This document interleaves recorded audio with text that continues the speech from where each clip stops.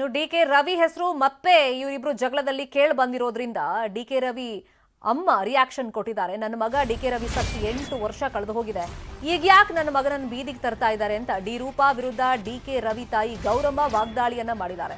ರೋಹಿಣಿ ಸಿಂಧೂರಿ ಹಾಗೇನೆ ನನ್ನ ಮಗ ಅಂದ್ರೆ ಡಿ.ಕೆ. ರವಿ ಸ್ನೇಹಿತರಾಗಿದ್ರು.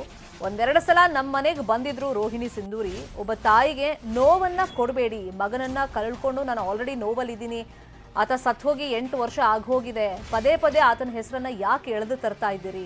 ಇನ್ನು ನನ್ನ ಸೊಸೆ ಕುಸುಮಾಗೂ ನನಗೂ ಈಗ ಸಂಬಂಧ ಇಲ್ಲ, ನನ್ನ ಮಗ ಇದ್ದಿದ್ರೆ ಸೊಸೆ ಅಂತ ನಾನು ಹೇಳ್ಬೋದಾಗಿತ್ತು, ಕರಿಬೋದಾಗಿತ್ತು ಅಂತ ಗೌರಮ್ಮ ಹೇಳ್ಕೊಂಡಿದ್ದಾರೆ.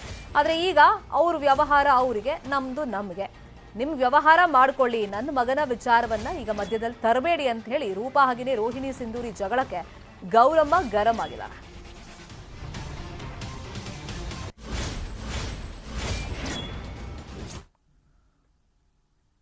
8 ವರ್ಷ ಆದ್ಮೇಲೆ ಯಾಕೆ ಅವ್ರನ್ನ ಈಚೆಗೆ ತರಬೇಕು? ಇವರಿಂದ ತಾನೇ ಅಯ್ಯಮ್ಮನೇನಾರ ಮಾಡ್ಬೇಕು ಅಂತ ಮಾಡಿದ್ದಾರೆ. ರೂಪಂದು ತೆಪ್ಪಲ್ವೇನಪ್ಪ?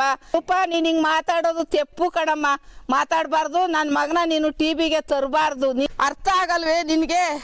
ಅರ್ಥ ಆಗಲ್ವೇ? ಅಮ್ಮ ಅಳ್ತಾರೆ, ಕರೀತಾರೆ ಮಗನ್ ನೋಡ್ಕೊಂಡು ಅಂತವ ಹೇಳೋದು. 8 ವರ್ಷ ಆದ್ಮೇಲೆ ಯಾಕೆ ಅವ್ರನ್ನ ಈಚೆಗೆ ತರಬೇಕು? ಇವರಿಂದ ತಾನೇ ಅಯ್ಯಮ್ಮನೇನಾರ ಮಾಡ್ಬೇಕು ಅಂತ ಮಾಡಿದ್ದಾರೆ. ರೂಪಂದು ತೆಪ್ಪಲ್ವೇನಪ್ಪ? ರೂಪ, ನೀನ್ ಹಿಂಗ್ ಮಾತಾಡೋದು ತೆಪ್ಪು ಕಣಮ್ಮ, ಮಾತಾಡಬಾರ್ದು. ನನ್ನ ಮಗನ ನೀನು ಟಿವಿಗೆ ತರಬಾರ್ದು. ಅರ್ಥ ಆಗಲ್ವೇ ನಿನ್ಗೆ? ಅರ್ಥ ಆಗಲ್ವೇ? ಅಮ್ಮ ಅಳ್ತಾರೆ, ಕರೀತಾರೆ ಮಗನ್ ನೋಡ್ಕೊಂಡು ಅಂತವ ಹೇಳೋದು.